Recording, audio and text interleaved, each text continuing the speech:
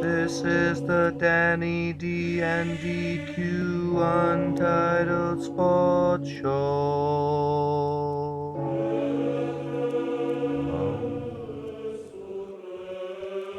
Hey, ladies and gentlemen, this is the Danny D and DQ Untitled Sports Show, and this is a very special edition.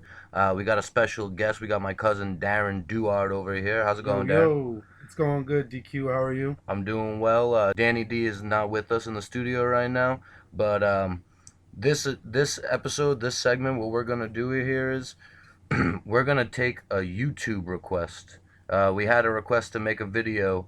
Request is by a man named John Cuterio, and his comment was for us to make a list of our top 10 all-time NFL busts. So here we go. Darren, I want to start off with you. I All want to right. know what's your top 10 all-time bust. All right. For number 10, I have wide receiver Peter Warwick that was drafted by the Bengals in 2000 with the fourth pick. He was a three-time first-team All-ACC and two-time consensus All-American. His receptions was 275 with 2,991 yards and 18 touchdowns, which is pretty bummish. And he also had like a 1 year stint with the Seattle Seahawks in 2005. But I mean, he's pretty irrelevant, and he's my number 10. What a bum. Yep. All right, for my number 10, we got a man that goes by the name of Vernon Golston. Some of you might remember him back in 2008 as the number 6 overall draft pick, defensive lineman from the New York Jets. And this man had a phenomenal career college with 21 and a half sacks at Ohio State. Wow. And it's actually the fifth most in school history, Darren. Wow, that's beautiful. And his first 3 seasons with the Jets, 0 sacks. Wah, wah, wah. So after that, they cut his ass. They said, yeah, you're not the man for us. Let him go. And then he tried to make a name for himself out with the Chicago Bears, St. Louis Rams, and Washington Redskins. And just a little fun fact, the man's only ever had 5 starts his entire NFL career. Number 6 overall. That's Yeah. my number 10. Should have been drafted by McDonald's. For my number 9 is kicker punter Russell Exterleben, uh, University of Texas. In college, he was an All-American punter from 1976 through 1978. Drafted by the Saints in 1979. He was a first-round pick number 11. He only stayed in New Orleans until 1983, and actually, he didn't even win the starting job as a kicker. When he actually did kick, he only made 4 out of 8 attempts in his career, and they actually put him as a punter. Demoted. Yep, demoted. And since he basically sucked, he ended up leaving the NFL, retiring actually in 1998 because he was, jobless forever. And he ended up getting arrested in 2000. He was in prison for 7 years, and he actually had to pay back $28 million in restitution because of security fraud. Holy shit. And then, yeah, I know, right? And then actually went back to prison in 2013, was actually convicted in 2014, and he spent another 7 years for another financial scam. So congratulations, Russell fucking irrelevant. Russell Irrelevant. Yep. All right, we're gonna move on to my number 9 now, and with my number 9, we got a man that goes by the name of Ray Caruth.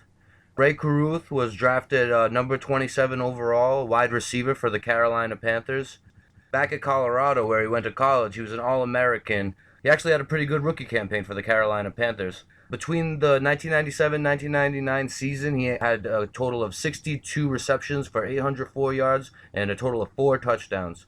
And then something tragic happened during the 1999 season, Darren. His pregnant girlfriend was shot 3 times, point blank range. Oh, it must have been an accident. And she actually survived the shots long enough to call 911 and identify Caruth as her shooter. After that, Caruth went on the lam, and the FBI searched for him.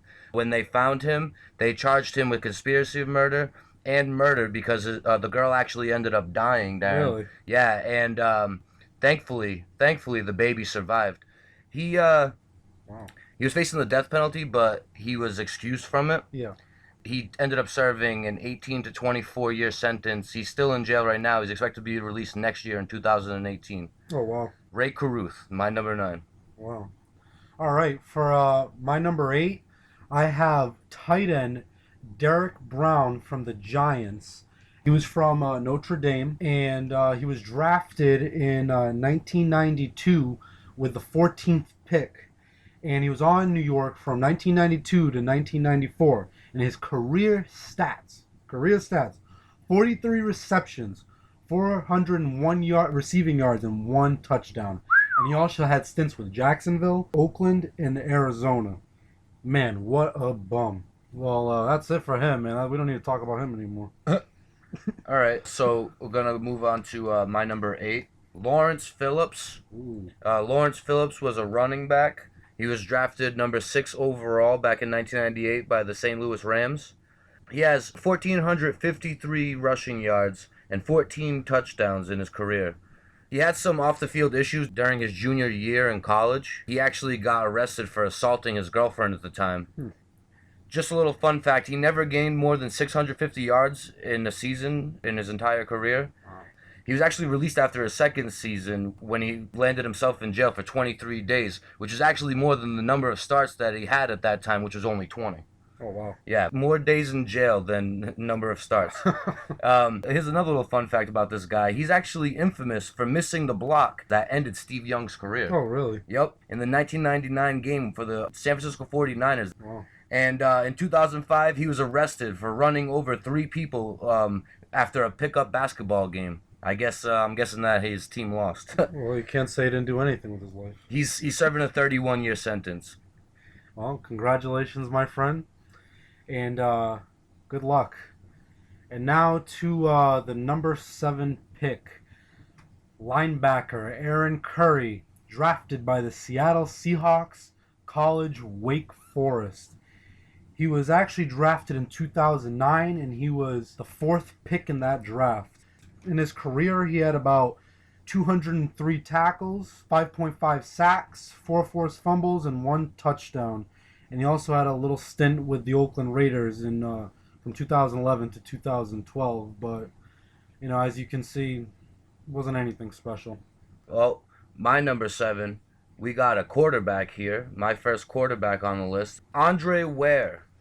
Quarterback drafted by Detroit Lions in 1990 at the number 7 overall pick. He played his collegiate career down in Houston, and he actually broke 26 collegiate passing records during his junior year in college, Darren. Really? Yeah. So the Lions decided, take a chance on him with the number 7 overall. I mean, obviously. Yeah. Well, he only started 6 games for the franchise, and he was benched after 5 touchdowns and 8 interceptions with a quarterback rating of 63.5. 6 starts. Jesus. Wow, what a bum. All right, now let's get to the number 6. We got tackle, drafted by the Eagles, Kevin Allen. The college was Indiana University. He was actually drafted back in 1985. And he was the 9th overall pick in that draft. He played 16 games and only started 4. By mid-season of his rookie year, he was literally just on special teams the whole year. Special teams. And then Allen, the following year, actually ended up testing positive for cocaine in the start of the Eagles training camp in 1986. And then he was released in October of that year. A week after his release from the team, he actually was charged with rape, and he spent 33 months in jail. And this is what Buddy Ryan had to say when they described what he was good for. What did Buddy have to say? Yeah, he said the only thing he could be useful for is if you actually wanted him to stand around and just kill the grass on the field. Yeah, just block out the sun, basically. Wow. Strong words from the legendary Buddy Ryan. Yes, sir. So I guess we're going to move on to my number 6, and I actually got another quarterback, a little bit more memorable than the last one of Andre Ware. We got a guy pretty famous, Tim Tebow. You know that guy? Yeah. Love Tim Tebow. Well, Tim had the power of Christ on his side when he was drafted number 25 overall by the Denver Broncos, a quarterback from Florida. There was a lot of questions about Tim Tebow coming out of Florida. Some people thought that he was going to be the next Tom Brady, while others thought that he wasn't going to convert to being a good NFL quarterback. Yeah, he's a legend. And I guess if they had been placing bets, the people who would have guessed that he sucked would have won. Anyways, he had 2,422 yards in his career, 17 touchdowns, and 9 interceptions. He brought the Denver Broncos to the 2011 playoffs, and that's pretty much the end of Tim Tebow's highlights there. He was released by the Denver Broncos after that, signed by the New York Jets.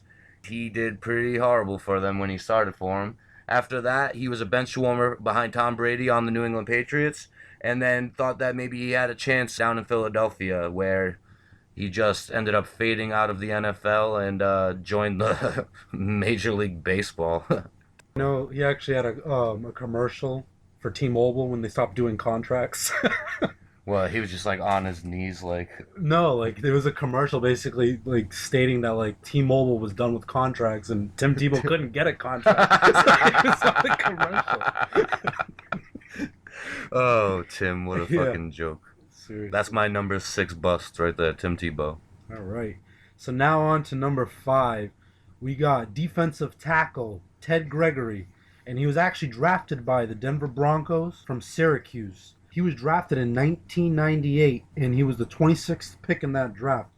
In college, he was actually a consensus All-American in 1978. And actually, before the season even started, Denver realized that they did not want that damn pick, and they actually traded them to the New Orleans Saints before the season even started for Sean Knight. And in the third game with the Saints, he actually blew out his knee and never played again. And a little fun fact for you, after his NFL career, he actually became a construction worker, and he ended up rupturing his disc at work, and that was the end of his career for that too. Wow. Yep. Injuries. All right, so I guess we're gonna go to my number 5, and my number 5 is pretty memorable person. We got Trent Richardson, running back from Alabama. He was drafted in 2012, the number 3 overall by the Cleveland Browns. Some of you may remember him, some of you may not. He actually only played 4 seasons in the NFL. Go figure. He had 1,700 rushing yards his junior year, his last year at Alabama, and that is why he went so high. And after his 950-yard, 11-touchdown rookie season, it was kind of head-scratching to see that the Cleveland Browns had traded him after week 2 of the next season. Yeah, that's crazy. Traded him to the Indianapolis Colts, where actually during his first run for the Colts, he busted out a 50-plus yard run for a touchdown, and then lost the job to Donald Brown after that. From there, he turned around and went to the Oakland Raiders the next season, and then went away. And that's him. Trent Richardson. Yes, sir. All right. And for the 4th pick, we got Kajana Carter, running back, Cincinnati Bengals. He was actually drafted in 1995. And in his career, he tallied 319 carries for only 1,144 yards and 20 touchdowns. He actually tore his knee during his 3rd carry in his first preseason game, and he actually ended up missing his entire rookie season. Basically, throughout his entire career, he was plagued by injuries and a torn rotator cuff and a broken wrist and a dislocated kneecap. But basically, the Bengals, they were actually like really leaning on this guy to, change their running game, and he honestly was just number 1 overall, and he turned out to be, a big bum. Holy crap. But he couldn't even run to the sideline. So, moving on to my number 4, we got Steve Emtman, also a number 1 overall, defensive lineman by the Indianapolis Colts, drafted in 1992. He was ranked 4th for the Heisman voting during his junior year of college. He blew out his knee in his first 2 seasons. 2 years in a row, blew out his knee. Wow. And then in his 3rd year, sustained a neck injury. After that, he was released by the Colts, and he was picked up by the Miami Dolphins in 1995, where he had a career high tackles the next year, 1996, with 31. Wow. 31 is career high. After that, retired in the 1997 season after only playing 3 games for the Washington Redskins. Done. Number 1 overall. Wow. God damn. All right, and the number 3 pick. Top 3 worst NFL busts. We got Tim Couch from the Cleveland Browns, number 1 overall pick, and he was drafted in 1999. He's thrown 15 touchdowns and 19 interceptions. Congratulations, my good friend. And a little fun fact, his rookie season, he was sacked 56 times. In 2001, he actually threw for 3,040 yards, and he actually carried that momentum into the 2002 season, where he led the Cleveland Browns to the playoffs, but not before breaking his leg in the final regular season game. By his return in 2003, things just weren't the same, and now he's sitting on the couch. Done. Couch is done. All right, going on to my number 3. We got a guy who was drafted number 2 overall back in 2003 by the Detroit Lions, wide receiver Charles Rogers. You ever heard of Charles Rogers, Darren? Absolutely not. Well, Charles Rogers, let me tell you what this number 2 overall beast did. He had 22 catches, 243 yards, and 3 touchdowns in his first 5 games of his career. That's actually pretty damn good. Yeah. Then he broke his collarbone. Next season, broken collarbone. He goes home. The team tells him to go home to rehab on it. Gets back, is suspended for substance abuse. He decides to hold out from the team because he had a dispute about a signing bonus. He only ended up playing 3 starts, making 14 catches and 197 yards after that. Wow. Done. All right, and the number 2 pick, offensive tackle Tony Mandrick, Green Bay. He's actually from Michigan State, and while he was at Michigan State, he was a consensus All-American in 1988 and Big Ten Lineman of the Year in 1988. He was actually drafted in 1989, and he was the 2nd overall pick in that draft. He only started 47 games in his entire career, and his rookie season, he was literally on special teams the whole season. And a little fun fact for you, he was actually picked before Deion Sanders, Barry Sanders, and Andre Rison in that draft.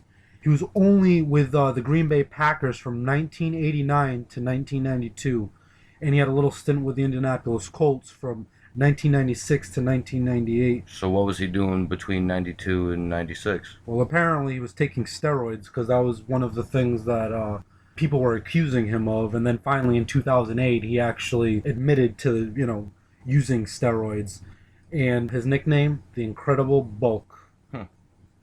Alrighty then, sounds like a bust. Yep.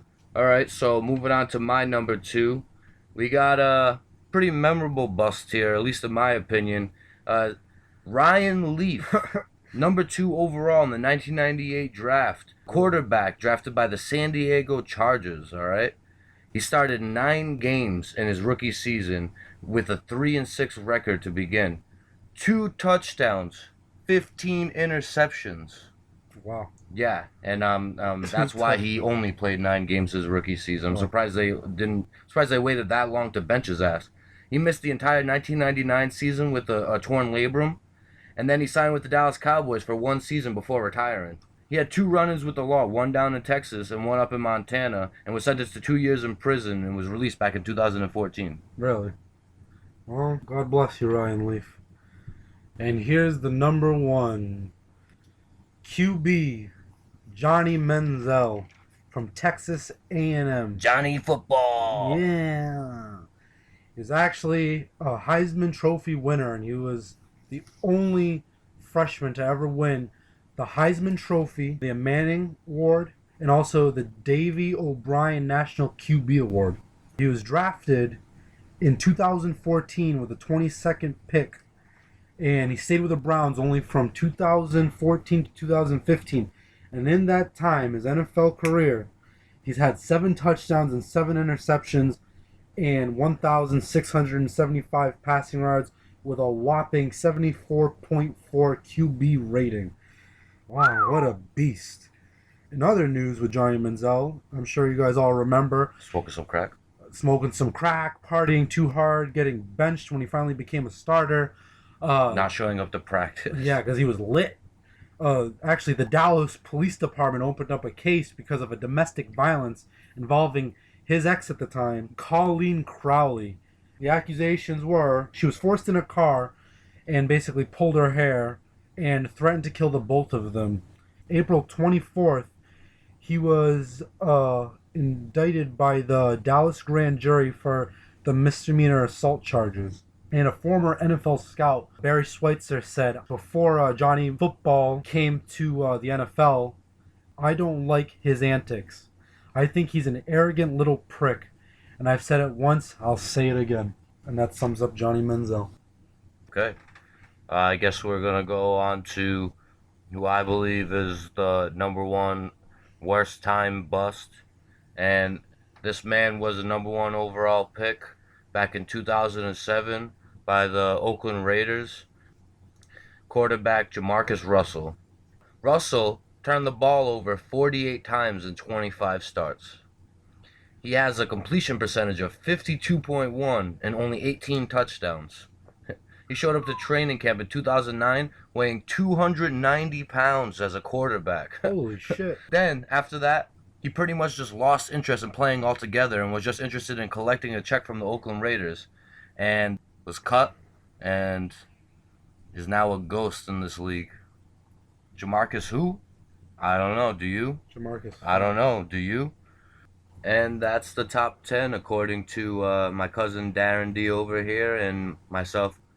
And I think it's a pretty solid list. So, Actually, Dylan, before we get off of this, I actually have a question for you. okay. In your opinion, who's the biggest bust ever drafted by your favorite team, the Buffalo Bills? Wow, that's a head scratcher there, Darren. Many names come to mind just from the 21st century alone. You got your J.P. Losmans, your C.J. Spillers, E.J. Manuels, 2002 fourth overall offensive tackle Mike Williams, John McCargo. But I guess if I was gonna have to say the biggest bust ever by the Buffalo Bills would be our 2009 first round 11th overall pick in Aaron Maben. Ever heard of him? Never in my life. Oh, Aaron Maben. All right, so let me tell you a little bit about Aaron Maben here. He only had 18 tackles and no sacks in all 16 games of his freaking rookie season, all right, dude? Mm-hmm. 16 games starting, 18 tackles. He was released after week 6 of the next year when he only had 5 tackles in those 6 starts. Sounds like a superhero, Dylan.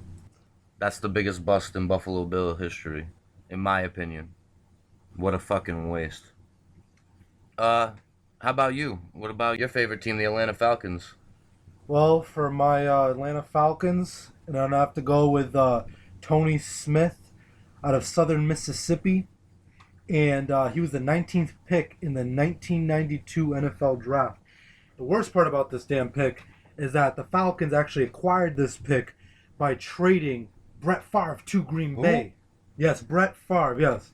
And, well, good old Tony Smith here, from 1992 to 1994 with the Atlanta Falcons, only rushed for 329 yards and 2 rushing touchdowns. So you mean to tell me the Atlanta Falcons traded Brett Favre, Yes. Future Hall of Famer. Yep. future Hall of Famer, for a first-round pick, and that's who they selected with the first-round pick? Yeah. Well, that's our top 10 all-time busts here on the Danny D and DQ Untitled Sports Show. If you like what you heard, click the like button. If you like what you heard, then click the subscribe button if you haven't already subscribed to this channel. And this is just our first of many special requests. If you have a request for a podcast for the Danny D and DQ Untitled Sports Show, just drop a comment below, and we'll try to get back to it as soon as possible. For Danny D, I got my cousin over here, Darren. Yeah. And I just want to say I really like what you guys have done with this show. And I'd also like to thank you for having me on here. And I hope to be hearing from you guys soon. Absolutely.